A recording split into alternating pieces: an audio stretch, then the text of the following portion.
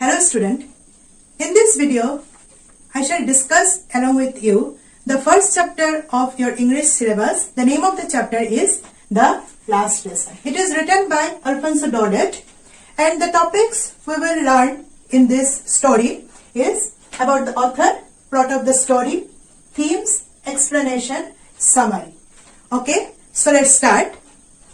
Now let's see about the author. So author is Alfonso Daudet. He was a French novelist. He was born on 13th May 1840 and died on 16th December 1897. He was formerly a school teacher, but he quit his job and started writing then. And his first book, which was published in 1858, the name of the book is Les Amourettes, which was collection of his poems. So he first started his writing career with the poems. Okay, so this is about the author.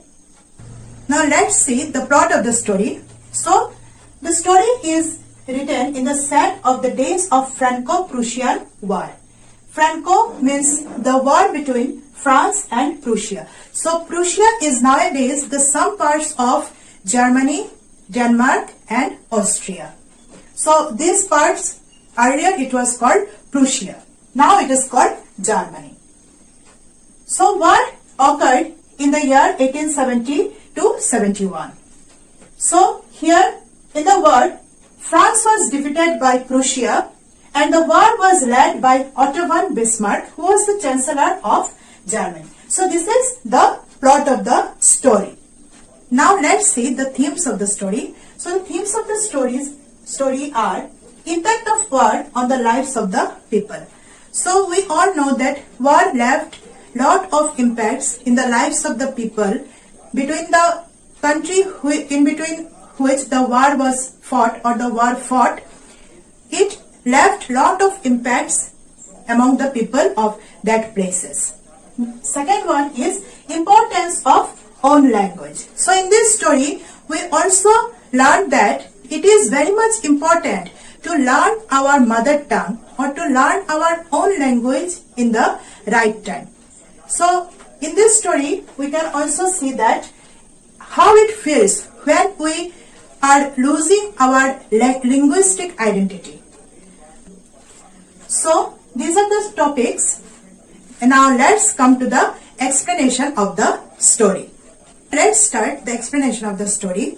So you can see here in the first part it is given about the story and also about the author, which we have learned already. So let's come to the story. So here the narrator or the protagonist of the story is little Franz, who lived in the districts of Alsace and Lorraine. Okay, so let's start. I started for school very late that morning and was in great dread of a scolding, especially because M. Hamel had said that he would question us on participles.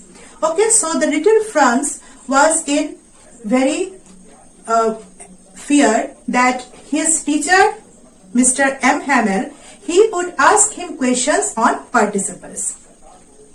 And I did not know the first word about them, and he did not know about the participle at all. For a moment, I thought of running and spending the day out of doors.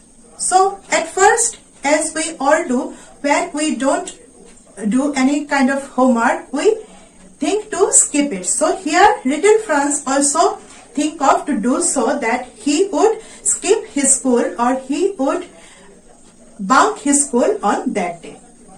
It was so warm, so bright. The birds were chirping at the edge of the woods and in the open field back of the sawmill. So the day was very warm and bright and the birds were chirping in the forest. So woods here means forest. And in the open field back of the sawmill, the Prussian soldiers were drilling. So, and in the open field behind the sawmill means a factory where the logs of trees are sawn or the logs of trees are being cut. So there the Prussian soldiers, that is the German soldiers, were drilling, that is they were practicing there.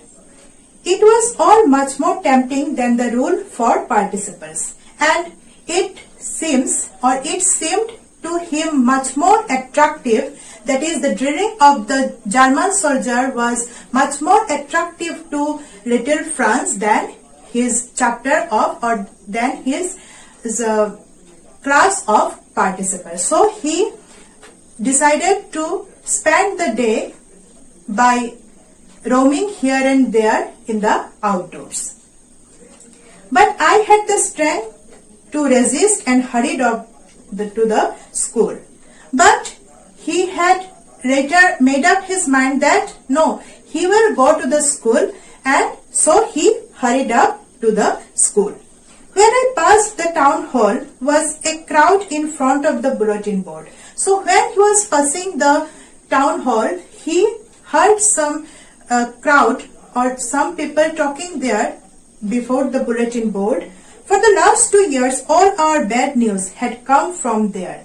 So in the bulletin board, so all kind of newses are pasted in that bulletin board. So the little Franz is telling that all kind of bad news about, that is the bad news about the war, he was getting from that bulletin board. The lost battles, the draft, the orders of the commanding officer. So what kind of information they are getting from that bulletin boards? The lost battles, the draft, the orders of the commanding officer. And I thought to myself, without stopping, what can be the matter now? And now he was also thinking, by seeing the crowd, that what could be the matter now that was pasted in the bulletin board. Then as I hurried by as fast as I could go, the blacksmith, the watcher, who was there with his apprentice reading the bulletin, called after me, "Don't go so fast, boy. You will get to your school in plenty of time." So here in the bulletin board, before the bulletin board, there was standing a blacksmith, a watcher, who called little Franz and who advised him or who suggested him that you don't hurry up to the school. You will get enough of time to go to your school. I thought he was making fun of me. So little Franz thought then that they were making fun of him, and reached M. Hammel's little garden all out of breath. And he reached his school within some minutes. Usually when school began, there was a great bustle which could be heard out in the street. The opening and closing of desks, lessons repeated in unison, very loud with our hands over our ears to understand better, and the teacher's great ruler rapping on the table. So usually in the other days when the school began, there was a great crowd, or there was much noise in the school or in the premises of the school. So what kind of noises were? The noises of opening and closing of desks, and the repeated loud reading by the students, by putting a hand on their ears, and the teacher M. Hamel, he used to he used to beat his ruler on the table. But now it was all so still. But today it was all very calm and quiet. I had counted on the commotion to get to my desk without being seen, but of course that day everything had to be as quiet as Sunday morning.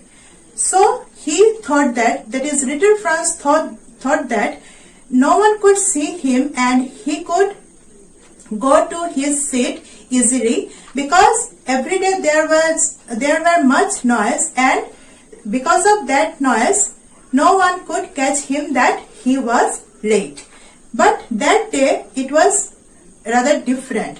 It was all calm there in the classroom, and there was no noise, and it was just as quiet as Sunday morning.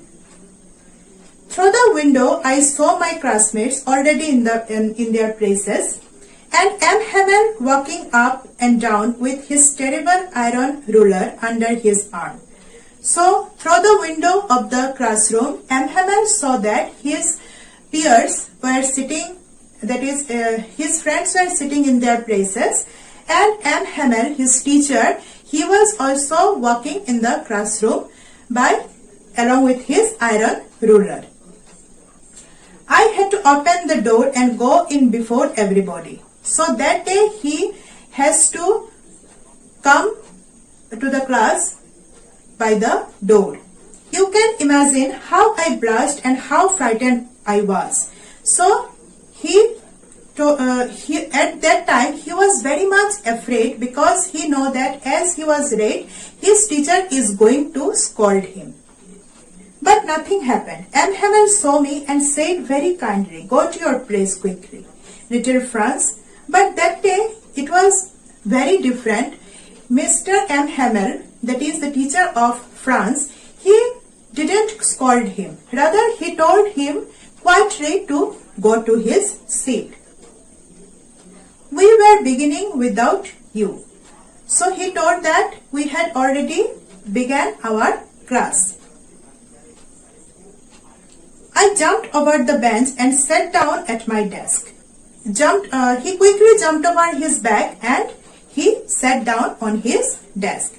Not till then, when I had got a little over my fright, did I see that our teacher had on his beautiful green coat, his frilled shirt, and the little black silk cap, all embroidered, that he never wore except on inspection and prize days. And that day M. Hamel dressed differently, which he wore especially on inspection day as on prize days. Besides, the whole school seemed so strange and solemn. Beside the dress of the M. Hamel, it was also something strange in the classroom. But the thing that surprised me most was to see on the back benches that were always empty, the village people sitting quietly like ourselves. But little Franz was surprised to see on the back benches, usually which were empty, there were sitting some people of the village. Old Hauser, with his three-cornered hat, the former mayor, the former postmaster, and several other besides. So, in the last bench, who were sitting? The old Hauser, Hauser means farmer, who wear his three-cornered hat, the former mayor of that place, the former postmaster, and several other beside.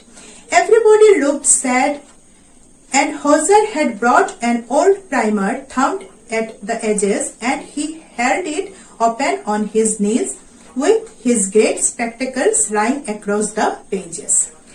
And everybody was looking at that day very much sad, and old Hauser, he had brought along with him his elementary book. Elementary book means through which, that is the book of alphabets, or the primary, in our primary teaching or in our primary learning, the books which we use, he had brought along with him this. And he was sitting open his knees, and above his knees, that is on his lap, he kept his primer book and his spectacles. While I was wondering about it all, M. Hamel mounted his chair and in the same grave and gentle tone which he had used to me, said, "My children, this is the last lesson I shall give you." So, then M. Hamel, he sit on his chair and he has told everybody in his gentle tone that, "My children, it was the last lesson." He had told the students of the classroom that today is the last lesson in France which we will have.